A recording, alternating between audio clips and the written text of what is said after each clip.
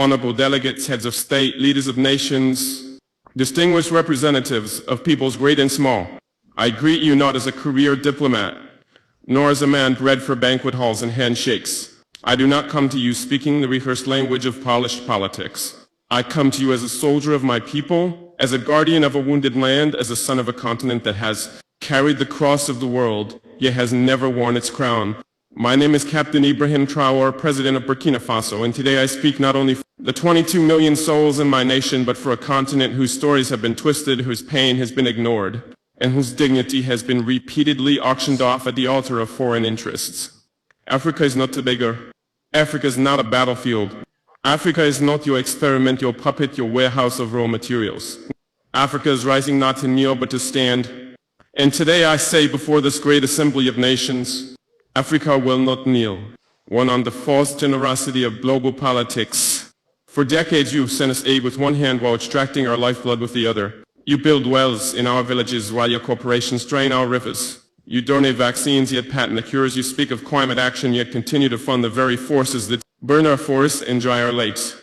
What kind of generosity is this? The kind that feeds the mouth but silences the voice. The kind that keeps a man alive just enough to keep him dependent. We are not blind to this hypocrisy.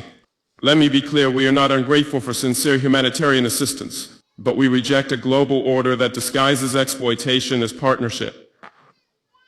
We reject financial institutions that lend with one hand and steal sovereignty with the other. Africa no longer wants charity. We want justice. We want control over our own destinies. Too on the chains of colonialism and its modern descendants. Our wounds did not begin with us. They were inherited legacies of an empire-building madness that saw us not as humans, but chiefs, as cargo laboratories. My ancestors were not consulted when maps were drawn with rulers and compasses in Berlin. The borders of Burkina Faso, like those of many African nations, were not carved by our ancestors, but by men who had never stepped foot on our soil, who knew nothing about languages, our tribes, or our spirits. Today, colonialism has a new face. It wears suits, it hosts forums, it signs contracts in Geneva and Paris and Washington. But it still takes without consent, it still dictates instead of dialogues, it still silences instead of listening. If you want to talk about peace, then let's begin by unlearning the arrogance that peace is something only you can teach us. 3. On resource exploitation and the myth of development. They call us developing as if the theft of centuries did not set us back.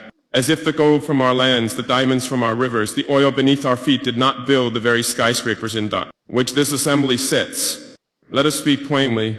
Burkina Faso is rich, Africa is rich. Rich in minerals and culture and wisdom and youth. But you have taught us to measure richness in GDP and export value.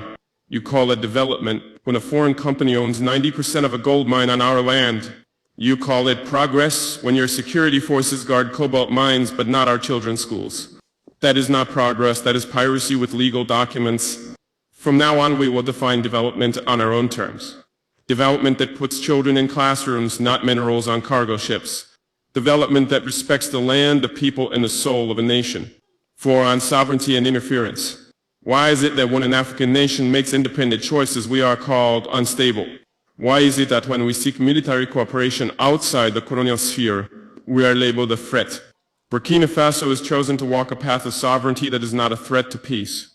It is a declaration of adulthood. We are no longer under your guardianship. We are no longer your junior partners in diplomacy. We are a free people. If a nation chooses partners that respect it rather than exploit it, that is not rebellion. That is wisdom. Let it be known, no foreign power will dictate the alliances of Burkina Faso. We will build relations based on mutual respect, not historical guilt or present-day intimidation. 5. On terrorism and manufacture wars. You ask why there is violence in the Sahel. You ask why our youth take up arms. But you do not ask who benefits when our mines are guarded by private mercenaries, while our villages are left vulnerable. You do not ask how weapons arrive in deserts that produce no steel. You do not ask why peacekeeping never seems to end the war. The truth is, many of the so-called solutions to African security problems are merely business models. Endless conflict has become a market, and African suffering has become a subscription-based service. Burkina Faso has decided to break that cycle. We will fight terror, but not with dependency. We will secure our nation not with foreign dictates, but with national dignity. 6 on migration and human dignity. We do not want our youth drowning in the Mediterranean. We do not want our brightest minds fleeing to countries that once called us savages. We do not want remittances. We want reasons for our people to stay. Why do our youth flee? Not because we lack beauty, but because we are made to lack opportunity. Not because we hate our land, but because our land is treated as someone else's property. Migration is not a crisis, it is a symptom of wars we did not start, of loans we did not need, of a world order that tells our youth their only value lies outside their own homes. The solution is not border fences. The solution is justice for 7 on Africa's place in the world. Africa is not a mistake to be fixed. Africa is not a failed continent. Africa is the womb of the world, the cradle of civilization, the keeper of tomorrow's hope. We have been made invisible in global decisions that affect us deeply. At the UN Security Council, Africa with 54 sovereign nations has no permanent seat. What justice is this? You call it balance? We call it betrayal. You speak of democracy, yet uphold a global structure where the powerful few veto the dreams of the many. We will no longer whisper in rooms where we deserve to speak with full voice. Aid on faith and spiritual dignity. We are a spiritual people. Before your cathedrals, our ancestors sang to the sky. Before your missionaries, we knew the language of the rivers and the laws of the sacred forest. Christianity came, Islam came, and we received them not as slaves but as seekers. But now we ask, will the church and the mosque stand with us, truly with us, when all people are displaced by greed, mosque as globalization?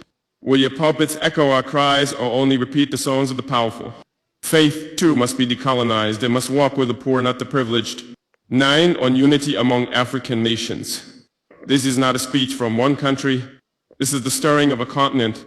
You see Mali, Niger, and Burkina Faso forming a new bond. You fear our unity. Why? Because it threatens the myth that Africa can only rise under your supervision. We are uniting not to wage war, but to wage dignity. To pool our courage, to share strength. To protect each other when the world turns its back. Pan-Africanism is not a dream. It is our lifeline, and we will build it stone by stone, heart by heart, with or without your approval. 10 to the youth of Africa. To the young boy selling oranges by the roadside. To the girl who walks 10 kilometers to attend school. To the child whose only toy is a stone but who dreams of stars. You are the reason we fight. Do not believe the lie that your continent is cursed. You are the blessing.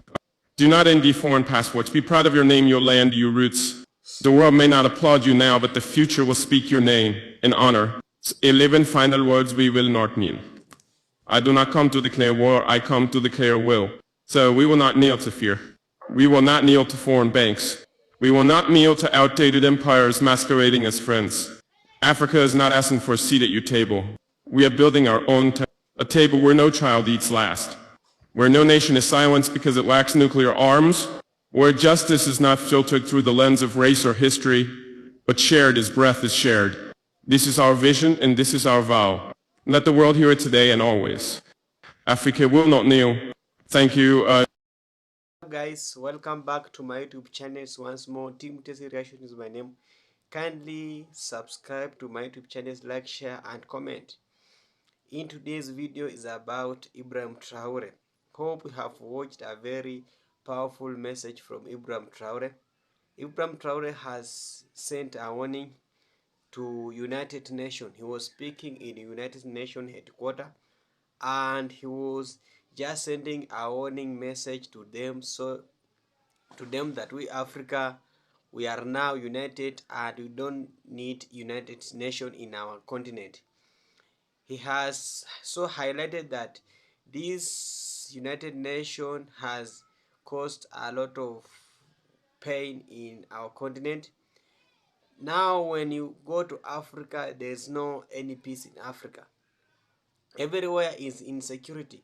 So he has said that it's high time we don't need security, but we need justice. Because now when anything happen in Africa, those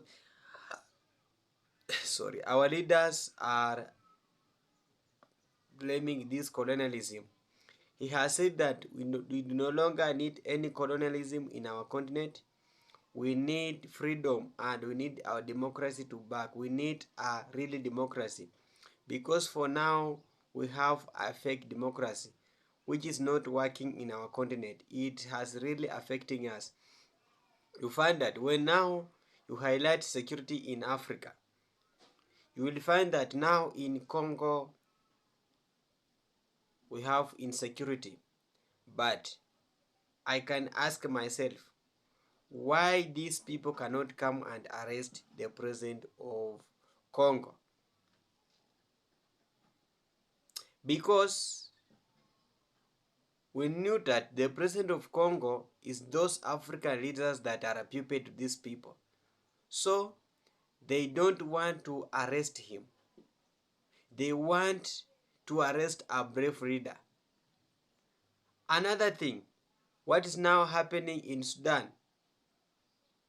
What is now happening in Haiti? They are not talking about those security issues. But now all effort now has been in arresting Ibrahim Traore. Why? And Ibrahim Traore has did anything wrong. They are now planning to arrest Ibrahim Traore and President of Mali and Niger.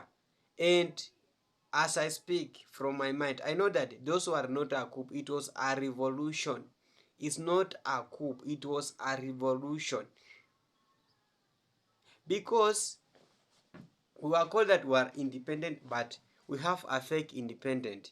We have no any independence. So he has sent a warning to this United Nations to stop supplying any these armors in our country. We know that the country that is supporting with these firearms is from these Western countries.